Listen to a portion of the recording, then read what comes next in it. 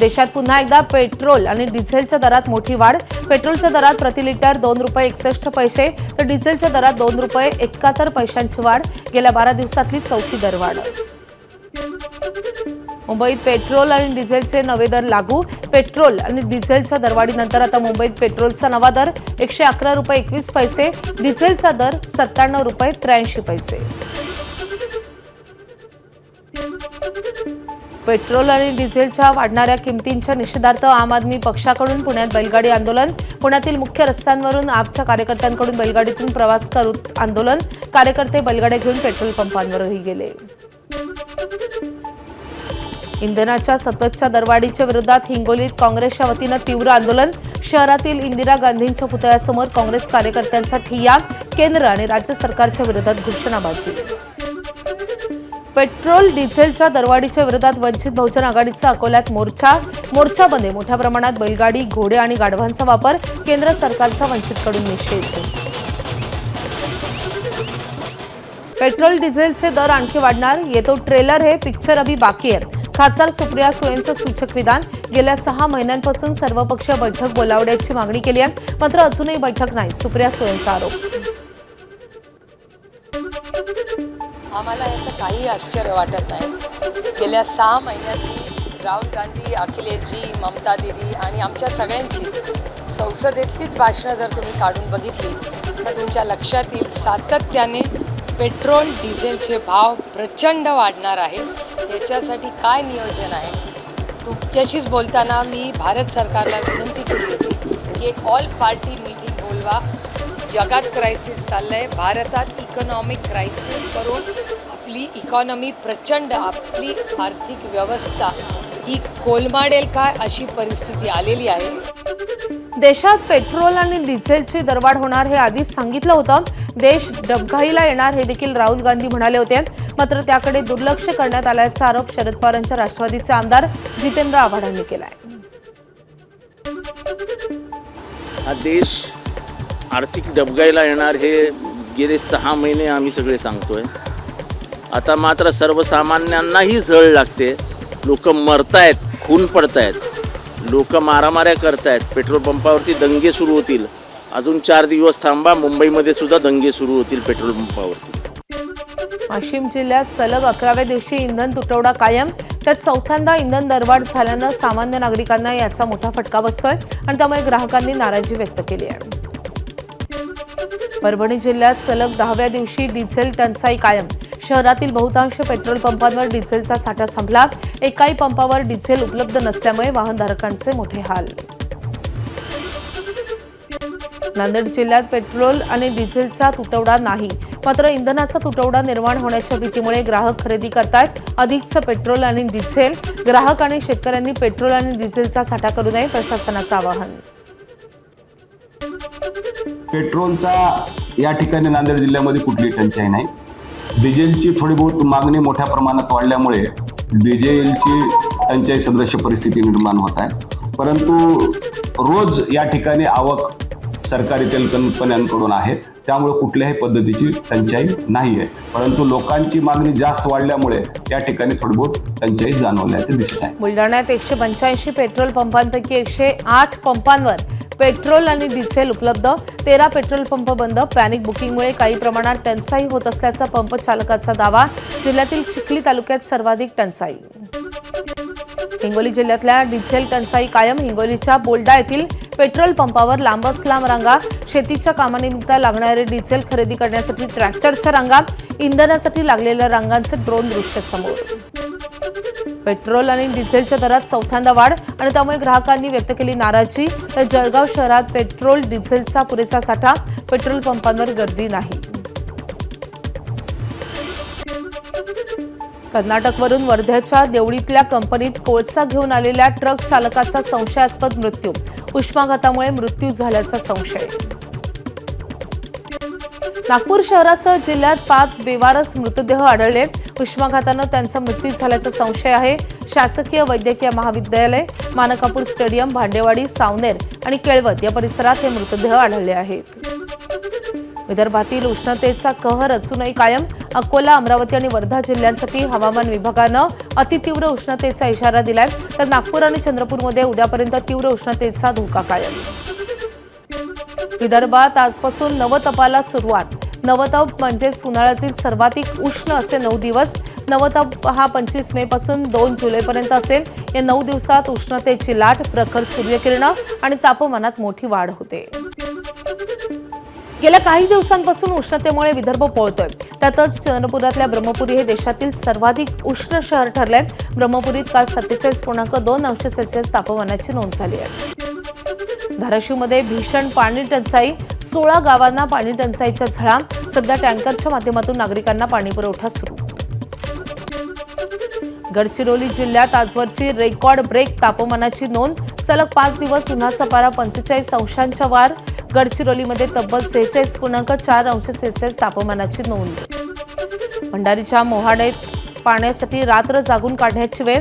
या भीषण संकटात मोहाडी वासियांसाठी भूषण गभणे हा जलदूत बनून धावून आलाय. भूषण गभणे याने स्वखर्चानं दररोज 10 ते 15 पाण्याचे टँकर मोफत दिलेले आहेत. टँकर येण्यास उशीर झाल्यामुळे ग्रामस्थ रात्र जागून काढतायत.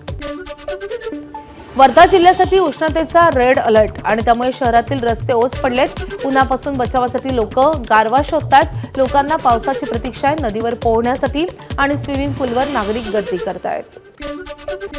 यवतमाळमध्ये पुसद माहूर रोडवर विचित्र अपघात. टिप्परची दुचाकीला धडक. दोघांचा मृत्यू, महिला गंभीर जखमी. भंडाऱ्यात वाळू भरलेला ट्रॅक्टर उलटल्यामुळे चालकाचा मृत्यू. तुमसर तालुक्यातल्या मांडवी जंगल परिसरातली घटना. सुमित आसवले असं मृत चालकाचं नाव असून चोरीच्या वाळूची वाहतूक करताना अपघात झालाय. वर्ध्याच्या हेटीकुंडी कन्नमवार मार्गावर जनरेटर आणि साऊंड साहित्य घेऊन जाणाऱ्या वाहनाला अपघात. 3 जण जखमी. बीडच्या बालेपीर परिसरात अवैध दारू दुकानात काम करणाऱ्या उमेश दळवी याची हत्या. दुकानात हिशोबात घोळ झाल्यामुळे दुकान चालकाकडून उमेशला बेदम मारहाण. शिवाजीनगर पोलीस ठाण्यात गुन्हा दाखल. सरपंच संतोष देशमुख हत्येप्रमाणेच उमेश दळवीची हत्या झाल्यानं बीड हादरलं. छत्रपती संभाजीनगरमध्ये वाळू तस्करांकडून शेतकऱ्यावर गोळीबार. रात्री कृषी पंप सुरू करण्यासाठी गेले असता जाललिंदर कुंजीर यांच्यावर गोळीबार. अर्जुन दाभाडेसह 8 जणांवर गुन्हा दाखल. पुण्यातल्या राजगड तालुक्यात कोदवदी फाटा परिसरात एका हॉटेलमध्ये वादानंतर झाला गोळीबार. या घटनेत 2 जण जखमी झाले असून त्यांच्यावर रुग्णालयामध्ये उपचार सुरू आहेत. पिंपरी चिंचवडमध्ये तरुणीची छेडछाड करणाऱ्या विकृताला अटक. चिंचवडमधील मदर तेरेसा उड्डाणपुलावरच्या एम्पायर इस्टेट BRT बस थांब्यावर एका 24 वर्षीय तरुणीची अश्लील हावभाव करत छेडछाड. आरोपी जाकीर हमीद शेखला अटक. धुळ्याच्या निंबानगर येथील आदिवासी वस्तीत अनैतिक संबंधांच्या संशयातून एकाची हत्या. किशोर डापरे असं या हत्या झालेल्या मृताचं नाव आहे. पोलिसांकडून आरोपीचा शोध सुरू. जन्मानंतर दिला जाणारा ओरल पोलिओ आणि पेंटाव्हॅलंटचा दुसरा डोस दिल्यानंतर 2 महिन्यांच्या बालकाचा मृत्यू. डोस दिल्यानंतर काही तासातच मृत्यू झाल्याचा कुटुंबियांचा आरोप. रुग्णालयानं आरोप फेटाळले. पालघरच्या मोखाडा इथली धक्कादायक घटना. आळंदी देवस्थानच्या दानपेटीतील पैसे चोरणाऱ्या विशाल वारुळेनं सेवेकऱ्याचं घेतलं होतं सोंग. अनेकदा त्यानं दानपेटीतील पैसे चोरल्याचं तपासात उघड. विशाल वारुळेकडून 4.25 लाख रुपये पोलिसांनी केले जप्त. सिंधुदुर्ग जिल्ह्यातल्या मालवणच्या दांडी किनाऱ्यावर तरुणाचा स्टंटबाजीचा प्रकार. थार कारच्या धडकेतून तरुणी थोडक्यात बचावली. नंतर कार चालकाची समुद्रात उडी. कार चालक तरुणाला वाचवण्यात यश. मुंबई गोवा महामार्गावरच्या वालोपे येथे भरधाव कंटेनरच्या जोरदार धडकेत 4 वर्षाच्या चिमुरडीचा जागीच मृत्यू.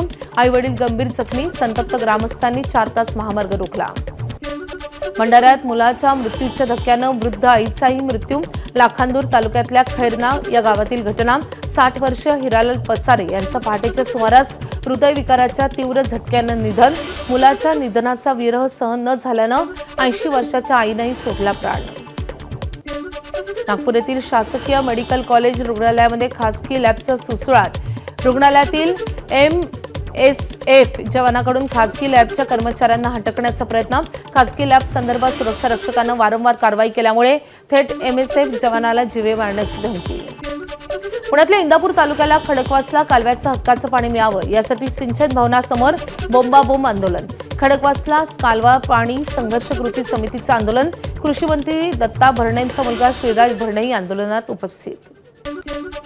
विशाळगड अतिक्रमण मुक्त करावा आणि 28, 29, 30 मे रोजी होणाऱ्या उरुसावर बंदी घालावी या मागणीसाठी हिंदू एकता संघटनेचं कोल्हापुरातल्या जिल्हाधिकारी कार्यालयाबाहेर आंदोलन. नीट पेपरफुटी प्रकरणी मनीषा हवालदारला 6 दिवसांची सीबीआय कोठडी. नीट पेपरफुटीत मनीषा हवालदारचा सहभाग, पतीला भेटण्याची विनंती कोर्टानं फेटाळली. नीट पेपरफुटी प्रकरणाची आजची सुनावणी संपली. पुढील सुनावणी 28 मेला होणार. सुप्रीम कोर्टाचे एनटीएच्या कारभारावर सवाल. सुप्रीम कोर्टानं शिक्षण मंत्रालय आणि इतर संबंधित पक्षांना जारी केल्या नोटिसा. नीट पेपरफुटी प्रकरणात सीबीआयच्या तपासात एनटीए पॅनलमधील रसायनशास्त्र विषयाच्या एका तज्ज्ञ व्यक्तीची भूमिका असल्याचा संशय. अटकेत असलेल्या मनीषा हवालदारनं संबंधित तज्ज्ञाच्या सांगण्यावरून विद्यार्थ्यांना प्रश्नपत्रिका दिल्याचं सांगितलंय सूत्रांची माहिती. नीट पेपरफुटी प्रकरणात सीबीआयच्या तपासात नववळण. लातूरमधील 50 रद्दी विक्रेत्यांची सीबीआय चौकशी होणार. नीटचा पेपर आणि नोट्स रद्दीत विकले असण्याची शक्यता. नीट पेपरफुटी प्रकरणात अटकेत असलेल्या मोठेगावकरच्या अनेक प्रॉपर्टी आता तपास यंत्रणांच्या रडारवर. नाशिक गंगापूर रोडवर मोठेगावकरचा आलिशान क्लास. नीट परीक्षेचं सुधारित वेळापत्रक क्लासच्या बाहेर लावलंय. सीबीआयकडून संपत्तीची सुरू आहे चौकशी. लातूर तालुक्यातील गोंदेगाव गावातील विद्यार्थिनीनं नीट परीक्षेच्या तणावातून आत्महत्या केल्याचं समजतंय. नीट परीक्षा रद्द झाल्यानंतर मानसिक तणावातून विद्यार्थिनीनं आत्महत्या केल्याचा वडिलांचा दावा. या प्रकरणी विद्यार्थिनीच्या वडिलांनी गातेगाव पोलिसात दिला जबाब. उद्योग भवन परिसरातील क्लासेस तत्काळ बंद करण्याबाबत महाव्यवस्थापकांनी केलेल्या पत्राविरोधात संतप्त व्यावसायिक रस्त्यावर. दोषी असणाऱ्यांना जाहीर फाशी द्या. लातूर पॅटर्न बदनाम करू नका, आंदोलनकर्त्यांची भूमिका. संभाजीनगर एमआयएम नगरसेवक मतीन पटेल यांची नाशिक आयुक्त कार्यालयात चौकशी. निदा खानला संभाजीनगरमध्ये आश्रय दिल्यानं मतीन पटेल यांची चौकशी सुरू. मतीन पटेलवर गुन्हा दाखल. शिवानी वडेट्टीवार यांचं वय 1 महिना कमी पडत असल्यामुळे निवडणुकीतून माघार. चंद्रपूर, गडचिरोली, वर्धा विधान परिषद निवडणुकीतून घेतली माघार. उमेदवारीसाठी 30 वर्ष वय पूर्ण असण्याची अट. काँग्रेस कुणाला उमेदवारी देणार याकडे लक्ष. नाही, अद्याप काही ठरलेलं नाही. जोपर्यंत आमच्या वरिष्ठ पातळीवर चर्चा होत नाही तोपर्यंत मी या संदर्भात काही निर्णय घेणार नाही. आणि एकीकडे प्रचंड धनशक्ती आहे आणि मोठमोठे उमेदवार आहेत. नाही, असं आहे माघार घेतली असं म्हणत आत्ता मी म्हणणार नाही. आम्ही सगळे चाचपणी करतो. भारतीय जनता पक्षाचा उमेदवार कोण होतो आणि काय खेळ आहे त्यावर आम्ही निर्णय घेऊ. विधान परिषद निवडणुकीमध्ये महायुतीच्या फॉर्म्युल्यात बदल झाल्याची सूत्रांची माहिती. भाजप 12 जागा लढणार तर शिवसेनेला 4 जागा. राष्ट्रवादीला 1च जागा मिळणार असल्याची माहिती. ठाणे, नाशिक, यवतमाळ, परभणीची जागा शिवसेना लढण्याची शक्यता तर रायगड, रत्नागिरी आणि सिंधुदुर्गची जागा राष्ट्रवादीच्या वाट्याला येण्याची शक्यता.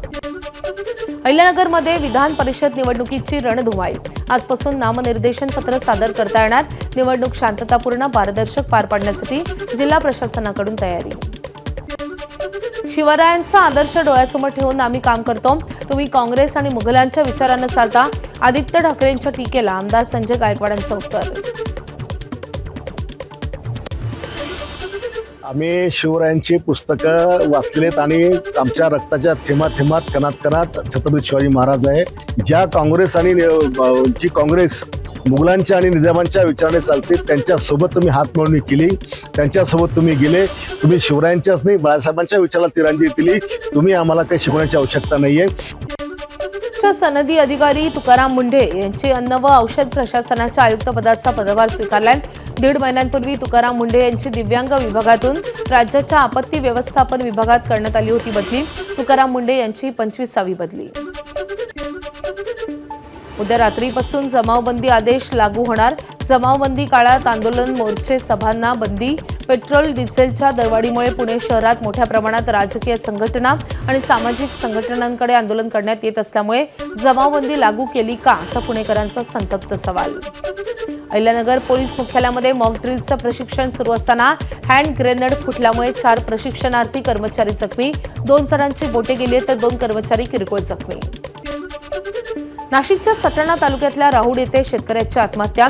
कांद्याला मिळालेला कवडीमोल भाव आणि वाढत्या खर्चामुळे शेतकऱ्यांना संपवलं जीवन. गुलाब निकम यांनी गळफास घेऊन जीवन संपवलंय. एबीपी माझा, उघडा डोळे बघा नीट.